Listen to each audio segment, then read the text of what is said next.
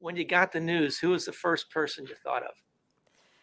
The first person that I thought of when I got the news was also the person that called me and told me, and that is my manager, Scooter. Um, I think Scooter, this probably means as much to Scooter as it does to me. He's been with me from the very beginning. He has been a spectator. He has been an insider. He's been an ally.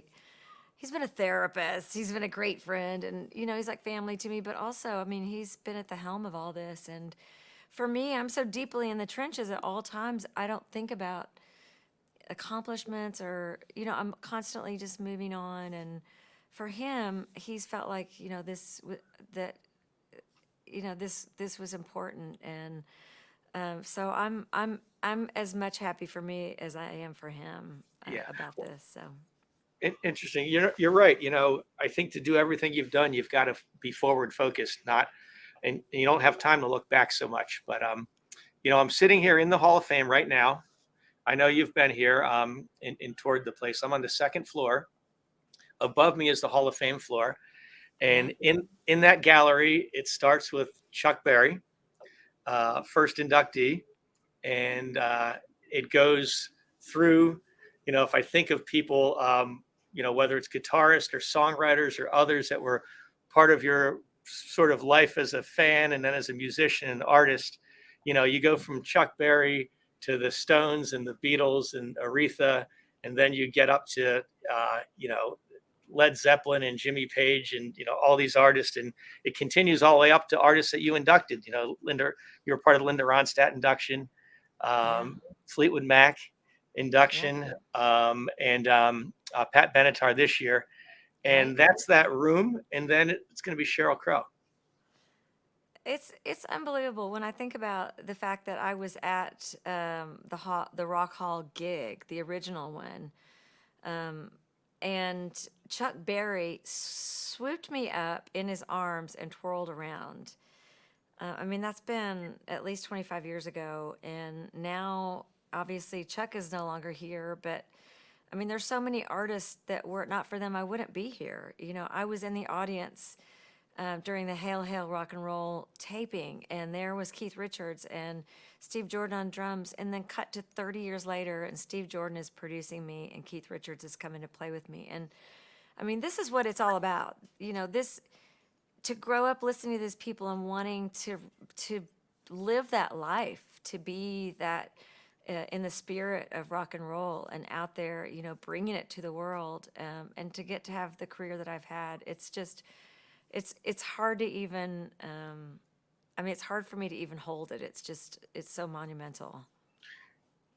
I think monumental is a great word. You don't have to hold it. It's big. Um, It's so big. I mean, and I'm from a little town, with three stoplights, and I'm constantly telling kids, pick up a guitar, sit down at the piano, or get out a book and start singing words, and it can happen. and it did. It did for me, yes, it did for me.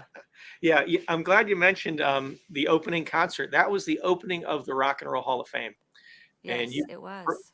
you performed at it. With a number of others, including, as you said, Chuck Berry was part of that, and Bruce Springsteen and a bunch of others. And now that building that you helped cut the ribbon on is going to preserve your legacy forever.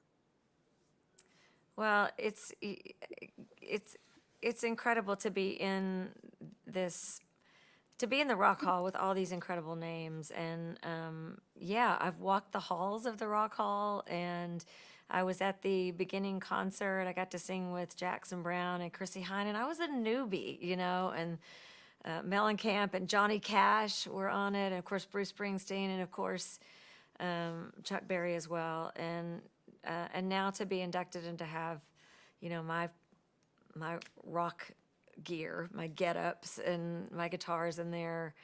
It's just overwhelming. I mean, it's incredible. I'm so honored. You've been at ceremonies before.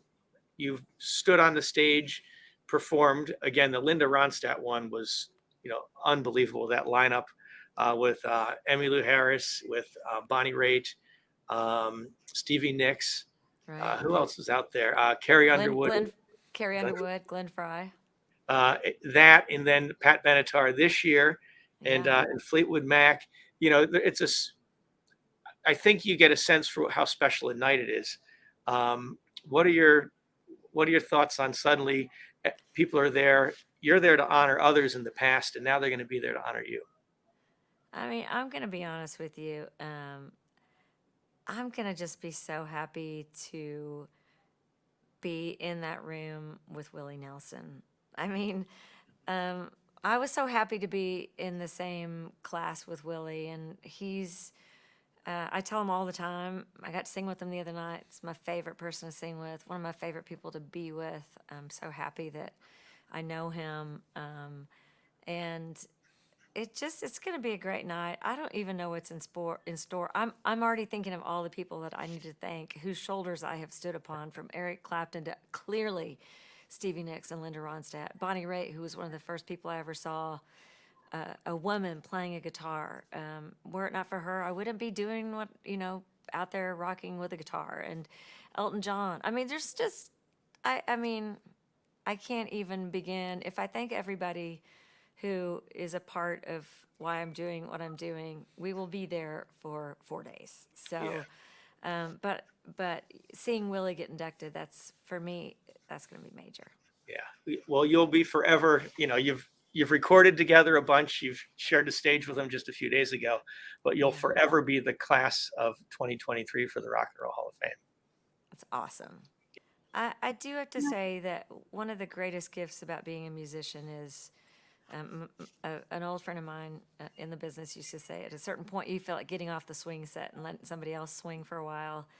For me, there's so many young people, young women, who are the goods, whose references that I can hear, who wear their references like I do mine, that are playing, who are accomplished women who are not just playing and writing but producing themselves. And so if I've had an influence on any of those people, I feel like that's the gift, that keeps on giving, it keeps on living, because I can definitely I can look to so many who have done the same for me, and I'm so proud of those references. You've received uh, many other awards, including Austin City Limits Hall of Fame last year. Yes, Austin City Um, Limits. That was very, very cool because, I cut my teeth on watching those shows, and those shows featured, they featured artists that weren't necessarily like all over the radio, but they featured a lot of storytellers, and so it was really cool to be included in their Hall of Fame. what do you think about on the family side with Rock and Roll Hall of Fame?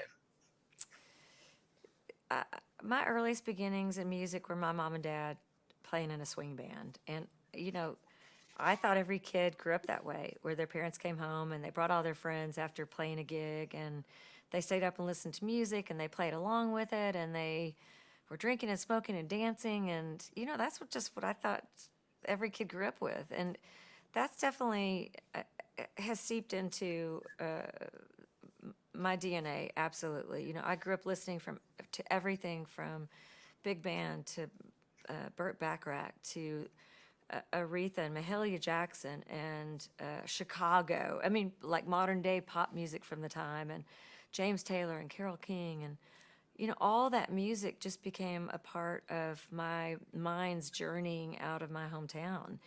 And my parents raised me playing the piano. I got my degree in classical piano, and I just went from there. It was just always a part of who I was, and I think essentially because that's the way they raised me, and that's what I grew up with. Yeah. Well, it's made you who you are. Um, It definitely has. yeah. It's definitely made me who I am. Anything that we missed that you might want to share about receiving this recognition? Lifetime achievement, forever remembered at the Rock and Roll Hall of Fame. It's such an interesting thing because being inducted into the Rock Hall, it feels like receiving an Oscar for a movie you haven't quite completed yet. You keep thinking, this is awesome, but I still have some more I've got to do to the movie, and I'm working on music right now, and it feels such a nice jumping off point, to stop and just reflect for a minute on 30, well, really ostensibly 35 years of being in the music business. And it's all been amazing. It's had high highs and low lows, but I mean, I can't think of a more incredible life.